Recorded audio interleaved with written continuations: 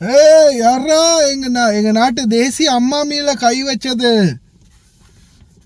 அஸ்ஸலாமு அலைக்கும் வரஹ்மத்துல்லாஹி வபரகாத்துஹு. அன்பார்ந்த அனைத்து உறவுகளுக்கும் இனிய மாலை வணக்கம். அரசியல் பேசக்கூடாது, அரசியலை பற்றி பேசக்கூடாது, போடக்கூடாது அப்படின்னு பார்த்தாலும் இந்த பைத்தியக்காரன் இருக்கும் வரைக்கும் அரசியலை பற்றி பேசாமல் இருக்க முடியாது.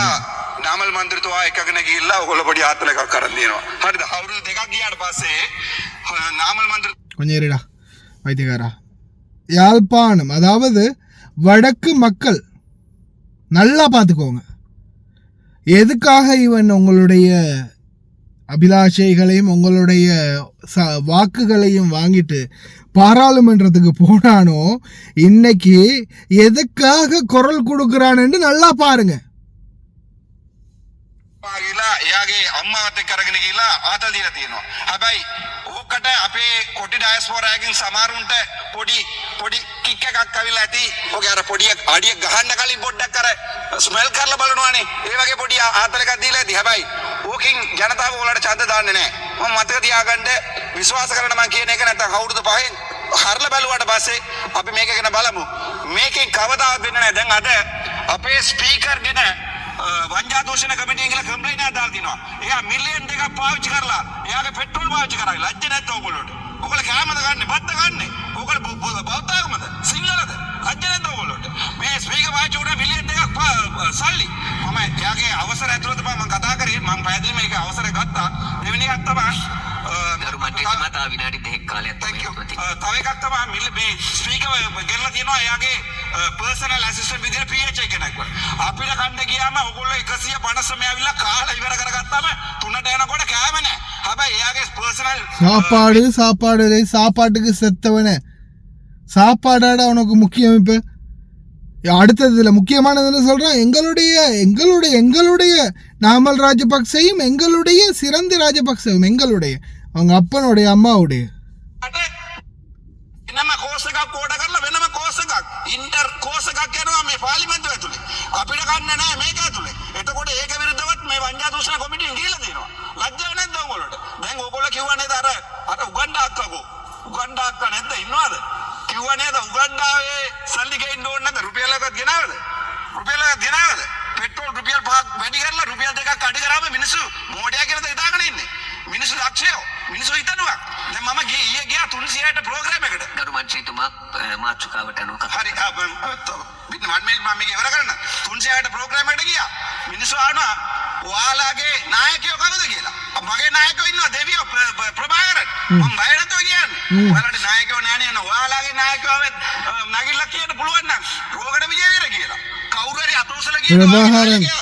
பிரபாகரன் அவர்களை நீ நாயகன் எங்களுடைய தெய்வம்னு சொல்றியா இருந்தா அந்த வாயால எப்படிரா நீ எங்களுடைய ஜனாதிபதி எங்களுடைய மஹிந்த ராஜபக்ச எங்களுடைய நாமல் ராஜபக்ச டேய் ஒரு பக்கம் குடுறா, ஒரு பக்கம் கொடு, வளைச்சு எல்லா பக்கமும் கொடுத்தாயினா கடைசியில கிழிஞ்சு தொங்கிடுண்டா.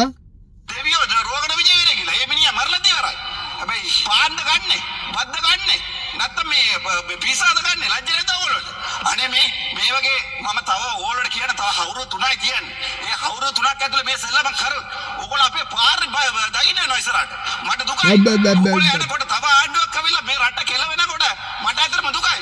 මමත් බලනවා ඔයගොල්ලෝ විදිහට මේ වංජා දූෂණයට විරුද්ධව මේ හැම එකටම විරුද්ධවම කතා කරපු එක නම උතුරාවිල්ලා අද වෙනකන් ඔයගොල්ලෝ අල්ලපු එක වංජා දූෂණ කියන උතුරාවිල්ලා ශ්‍රීධරන් මන්ත්‍රීතුමා ඔච්චර පට්ට හොරක් කියලා හැම එකම ගිහිල්ලා වංජා දූෂණ කොමිටිය දැම්මට පස්සේ එයාම ඔයගොල්ලෝ හිරේ තියාගෙන ඉන්නවා. හිරේ නෙවෙයි හිරේ යන්න ඕනේ එක්කන හරේ තියාගෙන ඉන්නවා. ලැජ්ජ වෙන්න ඕනේ ඔයගොල්ලෝට පුළුවන් නම් එක්කෙනෙක් අතොස්සල කියන ඔයගොල්ලෝ නායකයෙක් වෙනවා කියලා. ඔයගොල්ලෝ සිංහල භාෂාව බෞද්ධාගම කියන පොයින්ට් එක ඉස්ස මේ මන්ත්‍රීතුමනි වැදගත් කමිටින් යුතු කල්පනා යෝජනාවක් ඉදිරිපත් කරද්දී මම හිතනවා විපක්ෂයකට ඔබතුමා පැහැදිලි කරන්න අවශ්‍ය නැහැ ගරුමන්ත්‍රීතුමා. ඔබතුමා කියන එක පැහැදිලි. ඔබතුමා මාතෘකාවට අනුව කතා කරන්න ගරුමන්ත්‍රීතුමා අවසන් කරන්න මාතෘකාවට අනුව කතා කරන්න. ஐயோ, பாராளுமன்றமா இல்ல பாடசாலையுடைய மன்றமானு தெரியாம இருக்குது. எங்கடா கொண்டு போறீங்க இலங்கையுடைய பாராளுமன்றத்தை?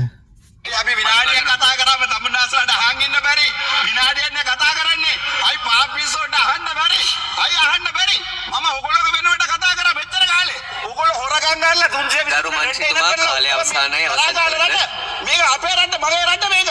මම සිංහලවටත් ආදරේ මුස්ලිම්ටත් ආදරේ දෙමළටත් ආදරේ. මම මේ කතා කරන මේ පාර්ලිමේන්තුවේ අද ගණන් කරලා බලමුද කීයක් ඉන්නවද කියලා.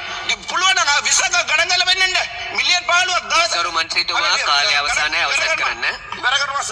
එතකොට මිලියන් 15ක් දවසට වේදමක්. ඕගොල්ලෝ ඔක්කොම දවල්ට අවිලා කාලේ ගිහිල්ලා මේ මාධ්‍ය වෙලාවිලා අඩියක් ගන්න නිදා ගන්නවා. තව කැප්පයකුත් ගන්නවා. ලැජ්ජ නැද්ද? හර්ධදාසීම අතෝසල ගියන්න ඔයගොල්ලෝ කියන එක හරිද කියලා.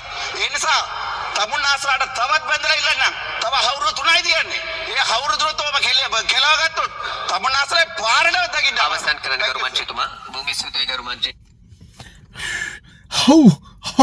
அவருது டேய் அவருது இந்த மடையனை கொண்டு போய் பாராளுமன்றத்துக்கு அனுப்பி வச்சிருக்கீங்களே மக்களே. ஆனால் இதுவும் ஒரு பாடம்னு நினச்சிக்கோங்க. இனி வருங்காலமாவது திருந்துங்க. அப்போ இவன் யாருக்கு தான் சப்போர்ட்? எங்கட அண்ணன், எங்களுடைய தலைவன், எங்களுடைய தெய்வம் பிரபாகரன்.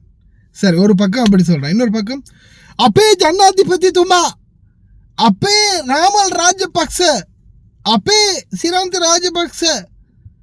அது என்னடா அது எல்லாமே எங்கடனா அப்போ எல்லாமே ஒன்றுடனா இன்னும் யாருக்கு நான் கொடுக்க போகிறாய்?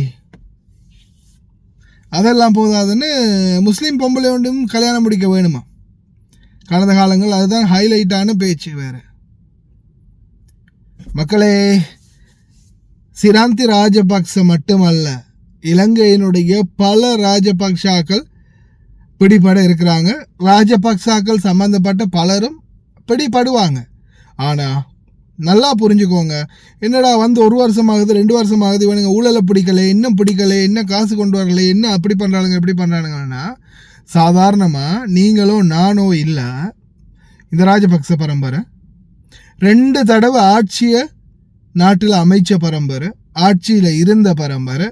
அதே மாதிரி அதுக்கு பிறகும் அதுக்கு முன்னாடியும் ஆட்சியில் இருந்தவங்களும் ஆட்சிக்கு வந்தவங்களும் தொடர்ந்தும் அந்த பக்ஷாக்களுக்கு பகடைக்காயாக இருந்தவங்க தான். இப்போ தான் புதிய அரசாங்கம் வந்திருக்குது. அப்போ அந்த அரசாங்கம் மட்டுமல்லாத அரசாங்க அதிகாரிகள்லேருந்து அரசாங்கத்தோடு சேர்ந்து பொதுமக்கள் உட்பட அனைவரும் சேர்ந்து இதற்கு ஒரு என்ன சொல்கிறது, அந்த உதவியை கையை கோர்த்தா மட்டும்தான் முடியும்.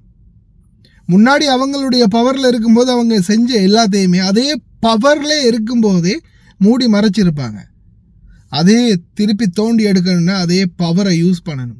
அதற்கு சரியான தகுந்த அதிகாரிகளும் அரசாங்க அதிகாரிகளும் மக்களும் சேர்ந்து இதுக்கான சப்போர்ட்டை கொடுக்கணும். காலம் தேவைப்படும். இப்போ சிரந்தி ராஜபக்சையா, அடுத்தது மஹிந்த ராஜபக்ச, அதுக்கு அடுத்தது இன்னும் ஒவ்வொரு ராஜபக்சாக்களாக பிடிப்படுறதுக்கு வாய்ப்பு இருக்குது. பொறுமையாக இருங்க மக்களே, பொறுமையாக இருங்க.